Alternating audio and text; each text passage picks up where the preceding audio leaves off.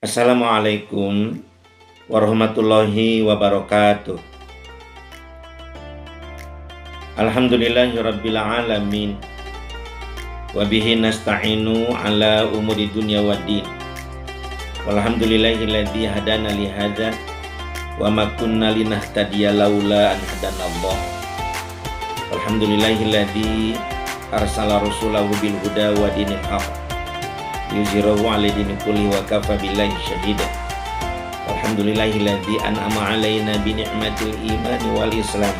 Walhamdulillahilladzi hamdan katsiran kama amara. Asyhadu an la ilaha illallah wahdahu la syarikalah wa asyhadu anna Muhammadan abduhu wa rasuluhu la nabiyya ba'da. Wassalatu wassalamu ala asyrafil anbiya'i wal mursalin Muhammad wa ala alihi wa ashabihi ajma'in.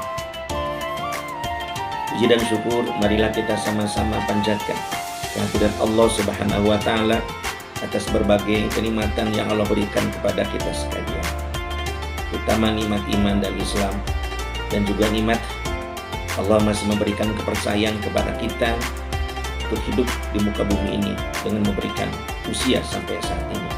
Mudah-mudahan kita termasuk hamba Allah yang pandai memanfaatkan usia ini sehingga bermanfaat bagi diri sendiri, keluarga, dan juga orang lain. Dan semoga kita akan membawa bekal kepada ke akhirat nanti kelak, bekal kebaikan yang sebanyak-banyaknya. Amin. Ya Allah ya Rabbal Alamin.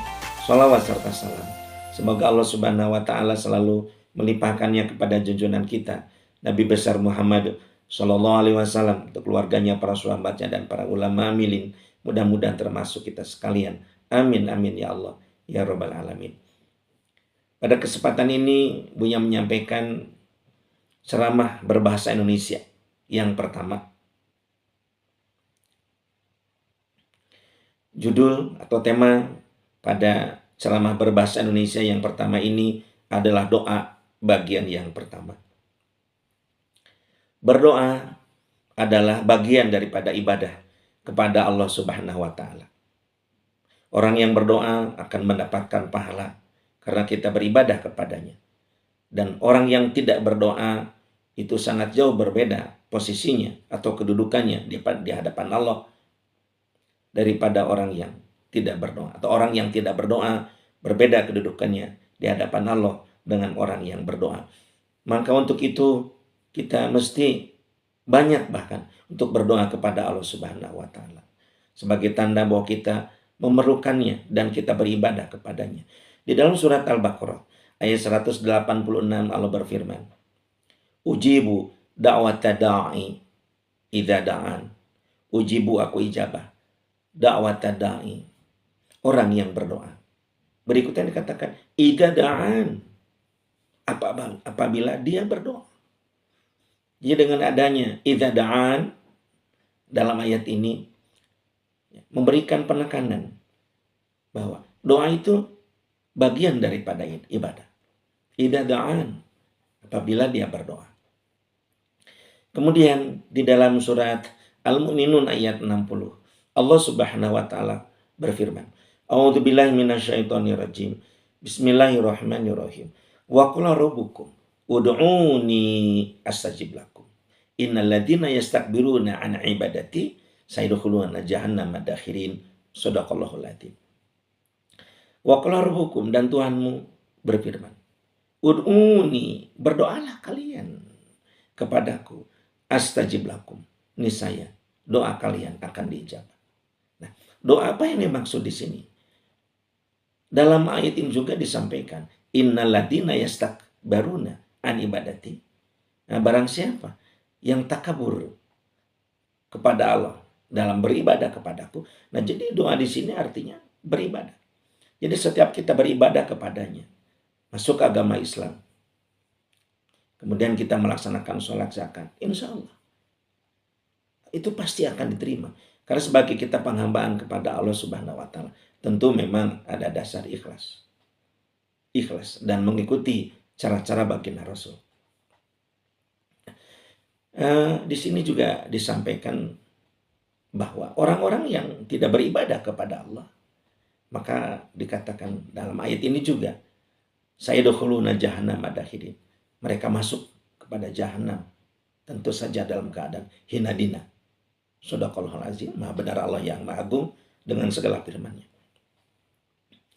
Nah, begitu. Namun ada hal lain yang perlu Buya sampaikan.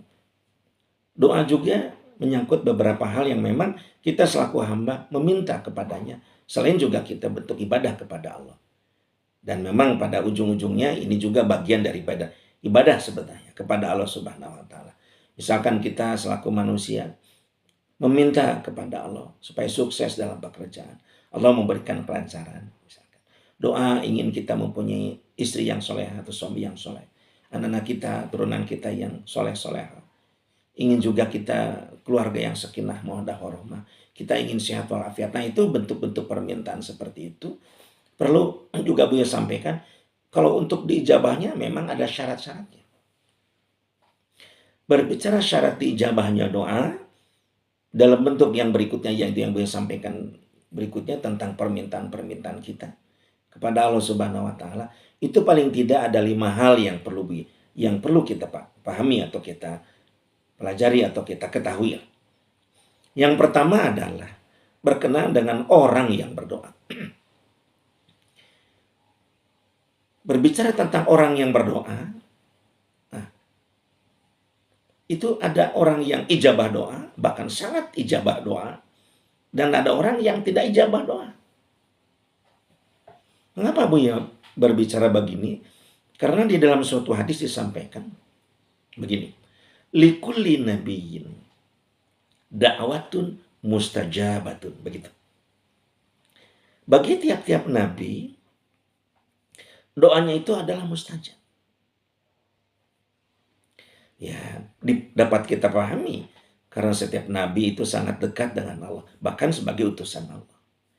Maka dari hadis ini kita bisa menyimpulkan orang yang soleh, soleha, yang orang muttaqi, maka itu akan ijabah doa. Meskipun tidak sehebat ijabah doanya para nabi, para rasul. Nah, untuk itu kita harus menjadi orang yang soleh, menjadi orang yang bertakwa, berusaha menjadi orang yang baik, taat kepada Allah, melaksanakan perintahnya, menjauhi larangannya. Orang-orang seperti itu ijabah doa.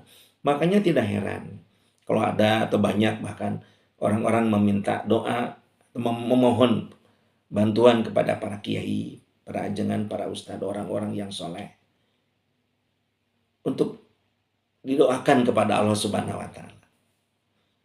Misalkan, wahai Pak Kiai, Pak Ustadz, tolong doakan anak saya ini soleh-soleh. Itu tidak salah dalam ajaran Islam. Itu artinya kita memohon bantuan kepada orang itu untuk menyampaikan doa kita kepada Allah. Bukan berarti kita tidak bisa berdoa, tetapi kita paham orang-orang seperti itu adalah ijabah doa.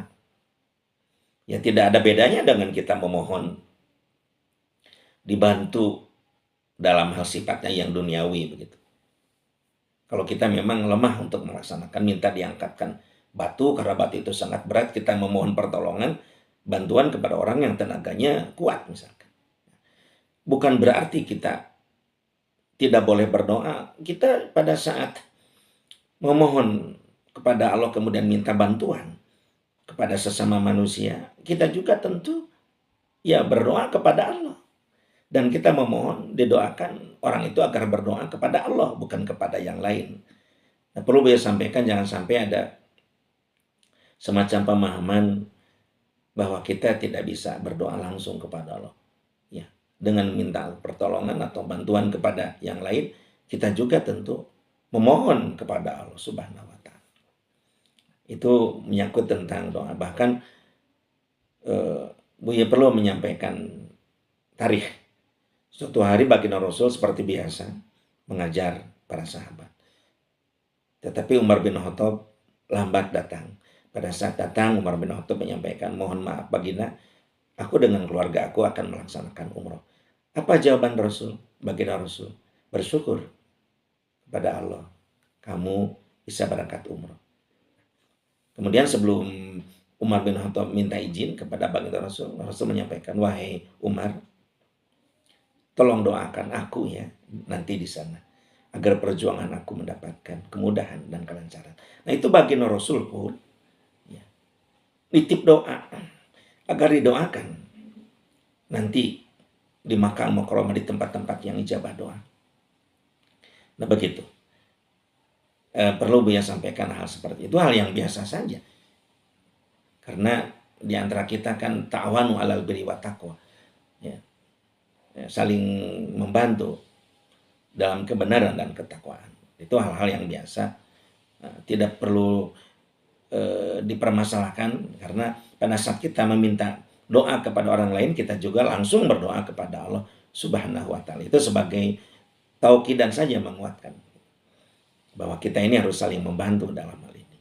Nah, itu yang pertama. Kemudian Buya sampaikan juga, di samping itu ada memang beberapa orang yang ijabah doa sebagaimana sabda Rasul. Salah satun la turaddu da'watuhum, begitu. 3 orang yang tidak ditolak doanya. Salah satun la turaddu da'watuhum.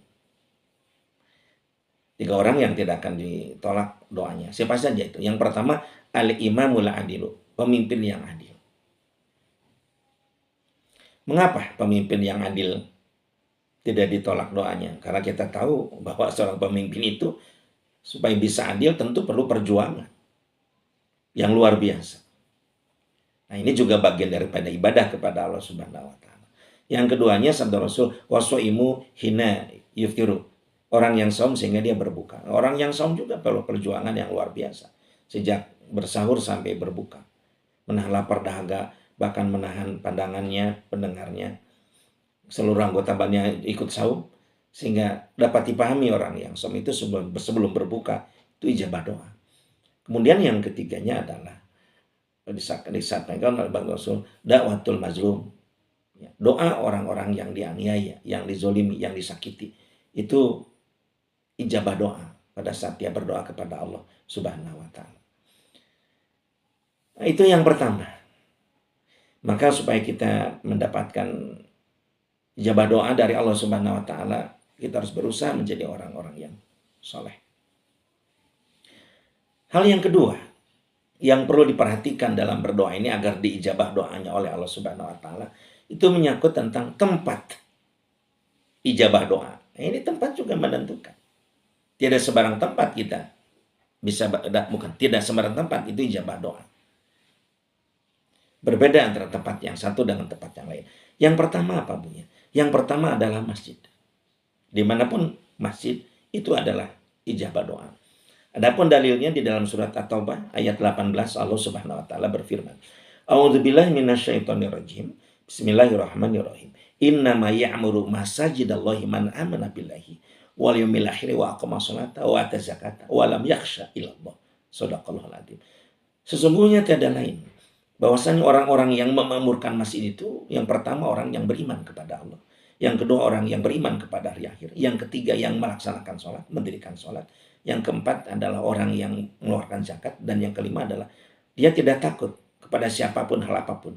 Walam yakhsha illallah, kecuali takut kepada Allah dalam pengertian khauf, takut ibadahnya tidak diterima, takut nanti dimasukkan ke neraka jahanam, takut mendapatkan siksa neraka, takut tidak dimasukkan oleh Allah kepada surganya, dan yang paling penting takut tidak mendapatkan ridhonya. Itu yang dimaksud.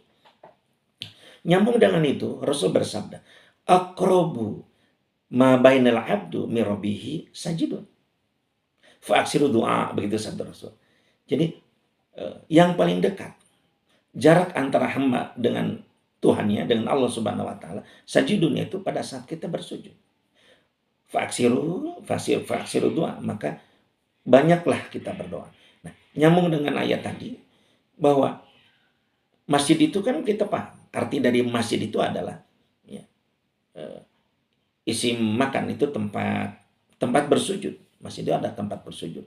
Tempat bersujud kita di masjid, kemudian orang yang bersujud sangat dekat dengan Allah, dan baginda Rasul menganjurkan banyak berdoa, maka bisa disimpulkan masjid adalah tempat ijabah doa.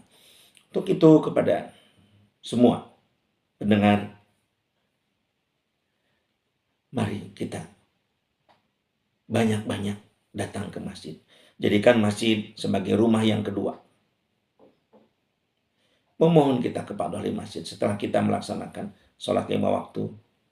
Bahkan kita pahamkan di masjid kita bisa melaksanakan ibadah-ibadah sunat seperti tahiyatul masjid, syukur wudu, qobliyah dan ba'diyah.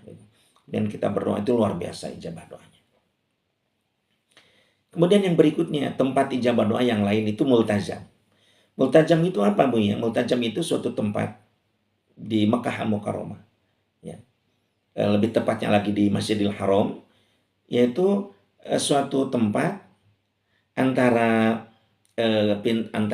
pojok Hajar Aswad dengan pintu Ka'bah, terus ke belakang, ke sana, itu adalah multazam. Itu ijabah doa. Al-multazamu, begitu sabda Rasul. Bahwa multazam itu dikatakan di sana adalah maudhi'un yustajabu fihi doa, gitu. Itu suatu tempat dijabahnya doa di sana. Al-multazamu maudhi'un yustajabu fihi doa. Maka pada saat kita melaksanakan umrah ataupun haji, ya, tentu bagi yang tidak bisa umroh atau belum umroh atau tidak umroh dan haji tidak bisa laksanakan itu. Artinya begini, bahwa umroh dan haji itu sesuatu yang memang perlu kita perjuangkan supaya kita bisa berada di sana, itu ijabah doa. Kemudian juga apalagi Bu ya, raudhah. Baginda Rasul bersabda, ma baina baiti wa minbari raudhatun miryatil jannah.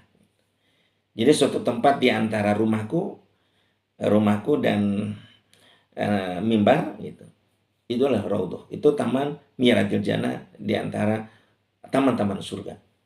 Ya, surga itu kan suatu kenikmatan yang luar biasa, tempat yang sangat indah. Maka subhanallah, kalau kita berdoa di sana tentu ijabah doa. Karena itu adalah bagian daripada taman surganya Allah. Taman surganya di sana. Dan tempat-tempat lain seperti Hijr Ismail, Maqam Ibrahim, Jabal Rahmah, itu tempat-tempat ijabah doa. Demikian saya sampaikan untuk yang pertama, bagian yang pertama. Insyaallah pada bagian kedua kita akan lanjutkan berbicara tentang doa ini. Terima kasih banyak atas perhatiannya dan mohon maaf kalau ada kata-kata yang tidak berkenan. Wassalamualaikum warahmatullahi wabarakatuh.